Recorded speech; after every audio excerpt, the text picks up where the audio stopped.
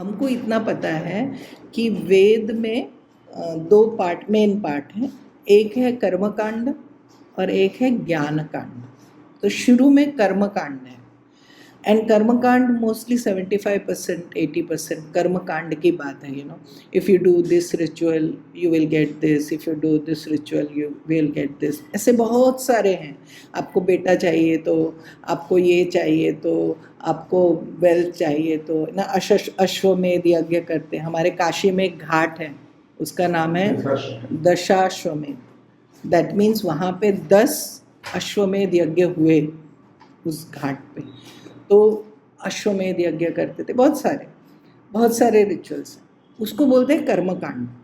लेकिन उसका जो एंड है वेदांत, लास्ट पार्ट जो है वो है ज्ञान कांड, उपनिषद, वेर ब्रह्म की बात है, आत्मा की बात है ना। That is the highest knowledge, and that cannot be given to a person who is not deserving, who is in KG class first standard. उसको पहले कर्मकांड सिखाना पड़ता है। लेकिन प्रॉब्लम क्या हो गया कि we got so entangled in that कर्मकांड दैट गौतम बुद्ध को आना पड़ा। गौतम बुद्ध ने कहा पहले उसको बांधो और ऊपर रखो। मैं आपको बताता हूँ कि पहले अच्छे बनो, बी नोबल, है ना। तो वो वेद को उन्होंने बाजू में, तो ऐसे ऐसे अवतार आते हैं व्हेन वी। तो भगवान कह रहे हैं कि अभी ये जो 42, 43, 44 है ना, बहुत से लोग बोलते हैं देखो आपके कृष्ण ने ही वेद की क्रिटिसाइज किया। ऐसा नहीं है। वेद जो है वो कृष्ण की वाणी है, कृष्ण की सांस है, भगवान के से ही आया है। लेकिन भगवान ये बता रहे हैं कि जो शुरू का पोर्शन है that is for small minded people, जो जिनको हाईएस्ट नॉलेज नहीं समझ में आता उनके लिए वो दिया है। आप उसी में अगर उलझ के रह गए तो you will never know the real purpose of life. हम छोटे बच्चे को बोलते हैं जल्दी जल्दी पढ़ाई करो, अच्छे मार्क्स आएंगे तो मैं साइकिल लेके दूंगी। तो our aim is to give him cycle, और our aim is to see that कि वो अच्छे से पढ़ाई करे ना, to encourage him to study well. We are giving this token of cycle. Now भगवान हमको कर्मकांड क्यों बोले कि ये तो बंदा कुछ इधर मुड़ता ही नहीं है, तो कम से कम इधर आओ थोड़ा सा, क्योंकि कर्मकांड करना भी आसान नहीं है, बहुत सारे नियम लेने पड़ते हैं, वी हैव टू डू। सो पहले इधर करो, इसमें ये करो, और फिर आगे बढ़ो। हम आगे बढ़ना भूल गए तो भगवान अभी हमको डांट रहे हैं। भगवान देखो क्या बोलते हैं, वर्स 42, 43, 44 कर्मकांड की बात कर रहे हैं कि इससे जो है खाली अपना कामना की पूर्ति, उसके लिए भगवान को यूज़ कर रहे हैं, और उसके लिए आप शास्त्र पढ़ते हैं। तो ये है छोटा दिमाग, then we will never reach परमात्मा। तो भगवान बोल रहे हैं, मैं तीनों श्लोक एक साथ पढ़ती हूँ, 42, 43, 44, verse chapter 2, 42, 43, 44. Please see that. यामिमां पुष्पितां वाचं प्रवद्यन्त विपश्चितः वेदवादरता पार्थ नान्यद् अस्तीति वादिनः कामात्मानः स्वर्गपरा जन्म कर्म फलप्रदां क्रिया विशेषबहुलां भोगैश्वर्यं गतिं प्रति भोगैश्वर्य प्रसक्तानां तया अपहृतचेतसां व्यवसायात्मिका बुद्धि समाधौ न विधीयते। सो भगवान बोलते हैं कि जो ऐसे छोटे छोटे सकाम कर्म पूरे करने में लगा है उसका कभी भी सिंगल पॉइंटेड फोकस नहीं हो सकता। व्यवसायात्मिका बुद्धि समाधौ न विद्यते, उसके मन में कभी भी एक निश्चय बनेगा नहीं। क्यों? क्योंकि वो कभी ये चाहता है, कभी वो चाहता है, कभी ये चाहता है। तो एक मतलब हम लोगों का देखो कैसे संसार, ये जन्म कर्म फल प्रदान, ये हमको हमारे जो कर्म है ना, ये हमारे नेक्स्ट जन्म के फल, नेक्स्ट जन्म की तैयारी कर रहे हैं। How we are deciding our next birth? By our karma. तो जैसा जैसा हमारा कर्म होगा वैसे वैसे हमारी अगली गति होगी। तो बोले ये इसी चक्कर में घूमता रहता है। जन्म कर्म, ऐसे कर्म करता है जिससे कि इसको फिर से जन्म मिलता है, फिर संसार होता है। और भगवान हमको एक रास्ता बता रहे इसमें से निकलने का। तो एक साधु बाबा थे, रियल साधु, मतलब नॉट ढोंगी, रियल साधना करने के लिए जंगल में गए, घोर जंगल में गए, कुछ पोजीशन नहीं, कुछ नहीं, एक कपड़ा और एक लंगोट बस ऐसा, और जाके भिक्षा मांग के खाते हैं, मतलब भिक्षा ही चाहिए और जो मिले अपना, नो पोजीशन, इतना सात्विक लाइफ लीड कर रहे हैं वो साधु बाबा। फिर क्या हुआ, एक दिन एक चूहे ने उनका लंगोट में होल कर दिया। लंगोट को, चूहा तो कपड़ा खाता है ना, तो कपड़े में छेद हो गया। उन्होंने कहा अरे, अब किसी से जाके लंगोट मांगना तो उनको अच्छा नहीं लगा, मतलब भिक्षा मांगते हैं, किसी को बोले कि मेरी लंगोट फट गई, मुझे लंगोट दे दो, तो नहीं, मैं क्या करूं। तो उन्होंने सोचा कि मैं एक बिल्ली लेके आता हूँ कहीं से, है ना, बिल्ली लाएंगे तो बिल्ली चूहा पकड़ती है, तो बिल्ली लाऊंगा तो मेरा ये प्रॉब्लम सॉल्व हो जाएगा।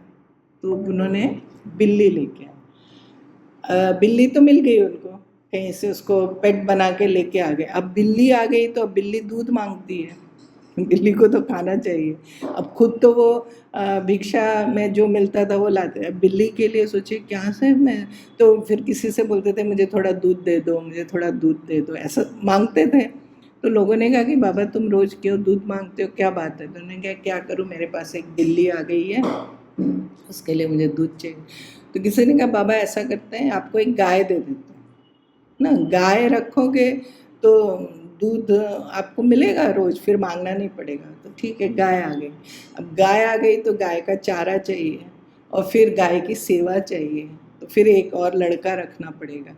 मैं आपको ये स्टोरी का मतलब क्या है मालूम है, एक इच्छा से कैसे संसार हमारा बढ़ता जाता है, एक छोटी इच्छा।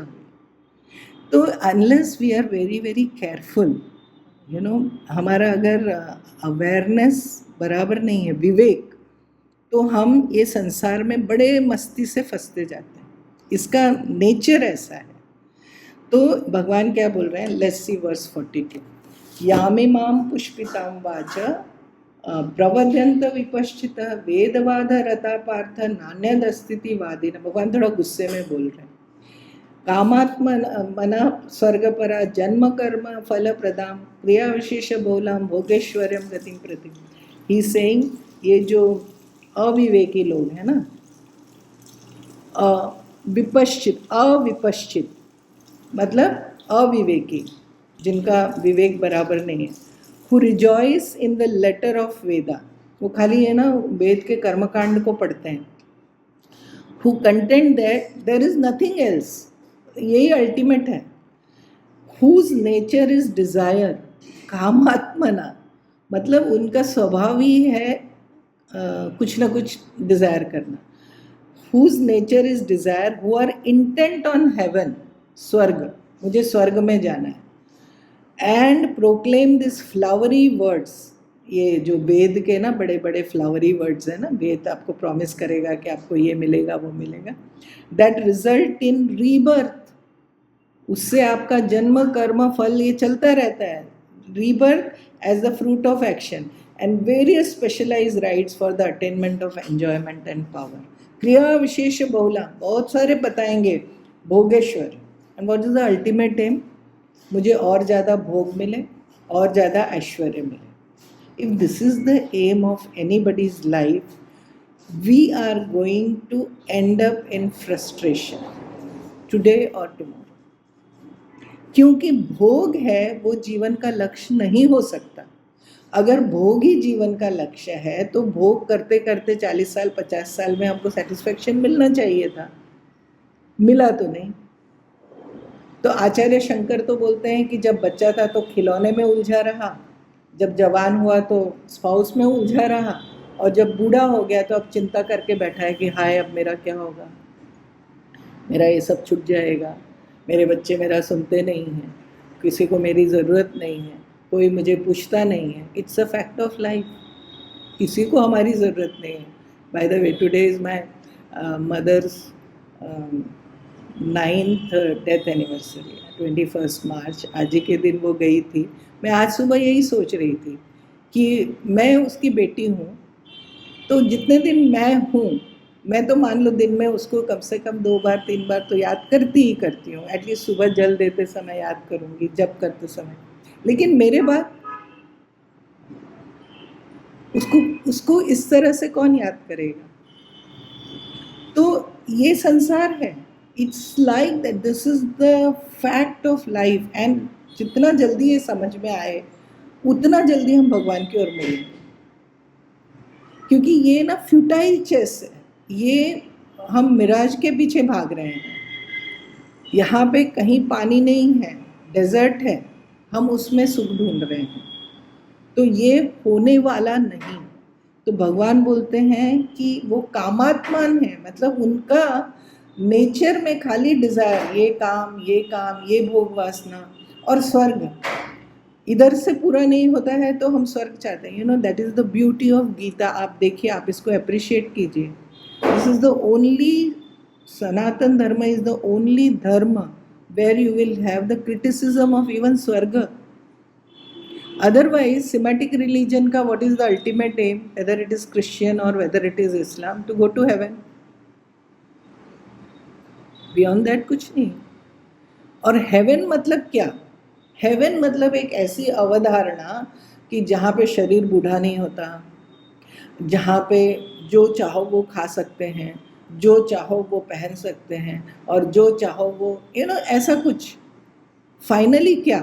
भोग, इससे भी अच्छा भोग।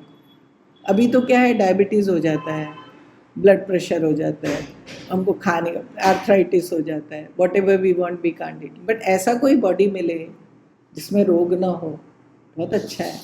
Then we have that imagination of.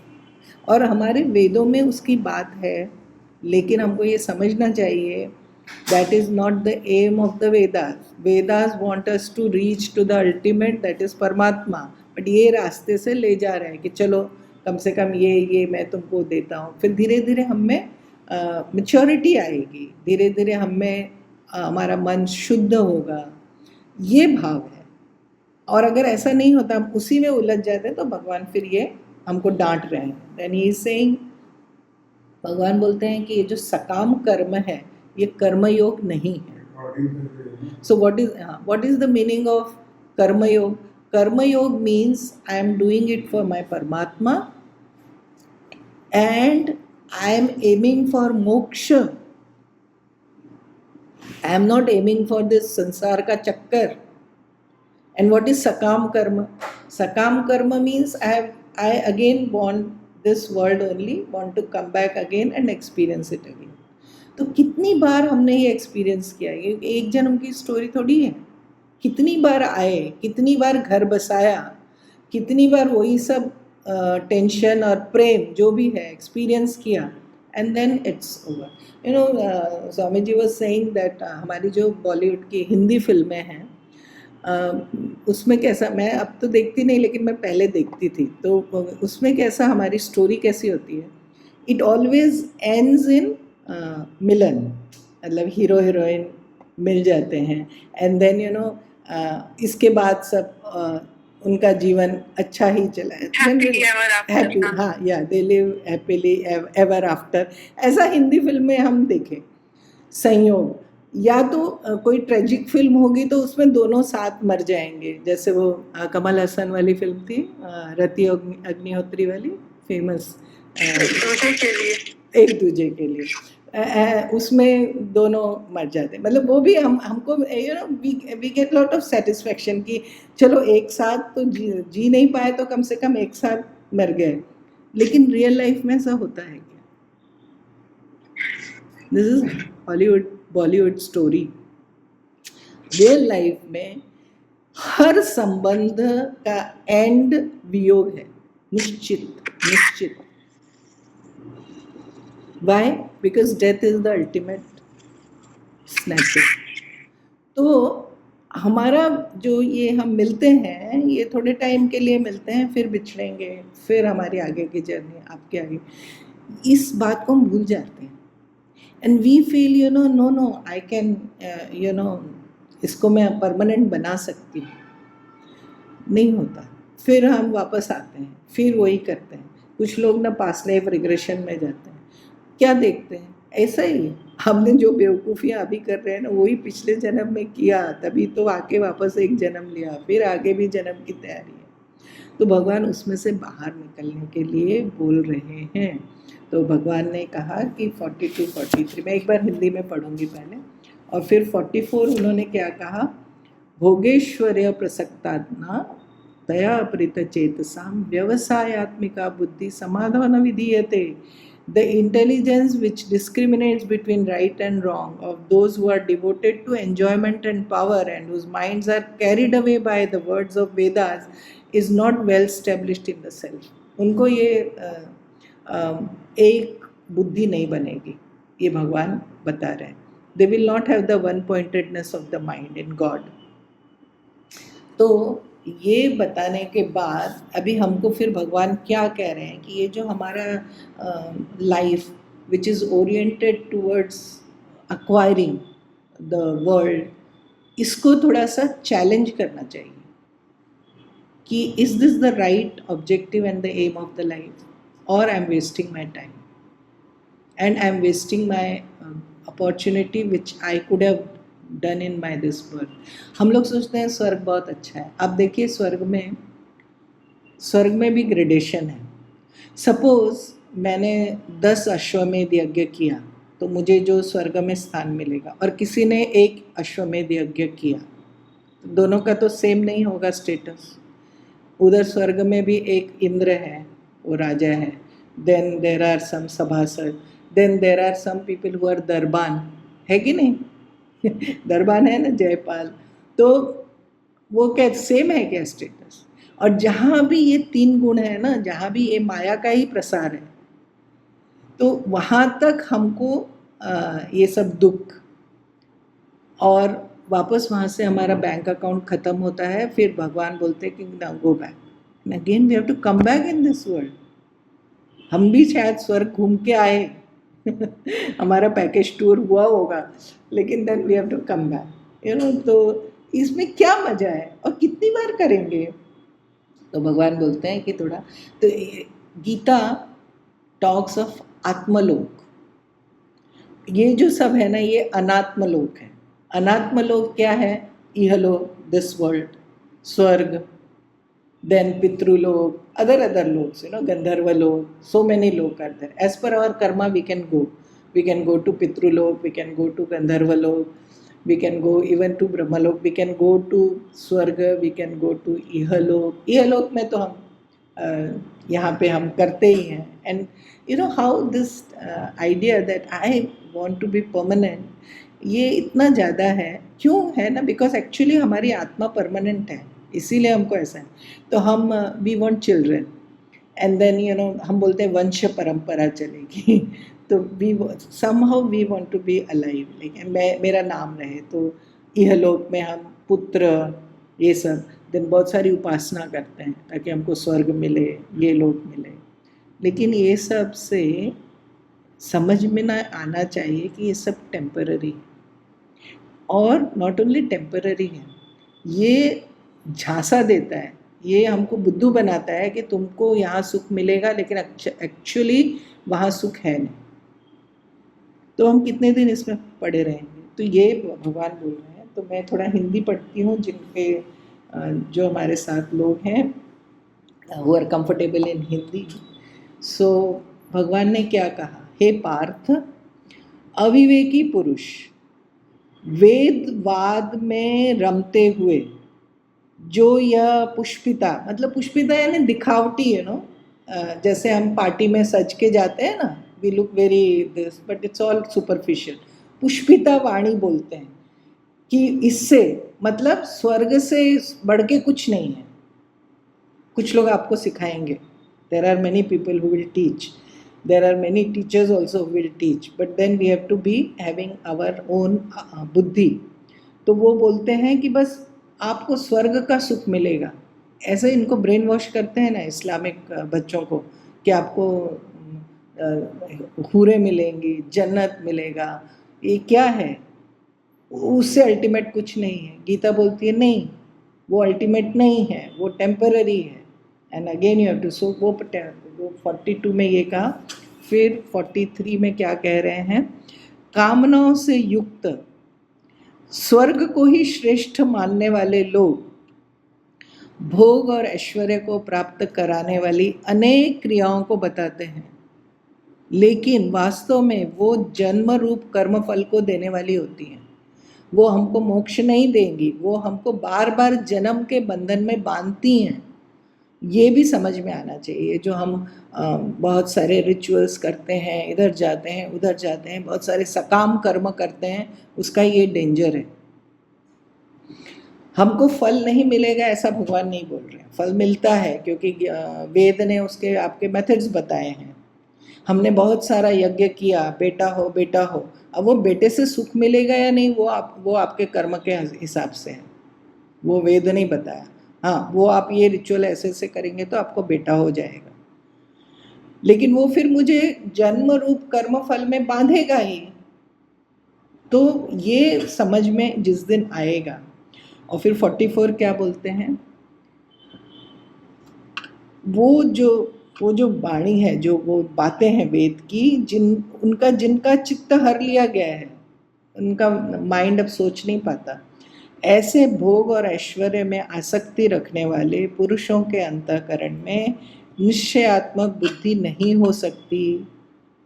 मतलब वे ध्यान का अभ्यास करने के लिए योग्य नहीं। We don't qualify for karma yoga.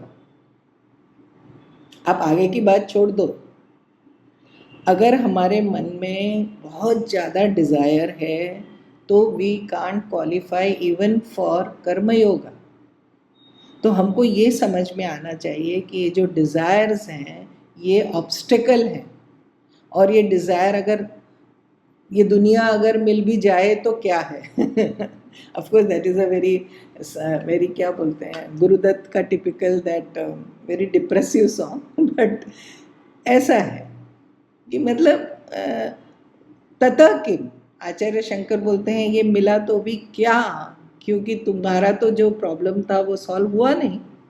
तुमको तो ह्यूमन बर्थ क्यों मिला था, 84 लाख योनि में घूमते घूमते आए, and by God's grace we got this human birth and human body and the शास्त्र।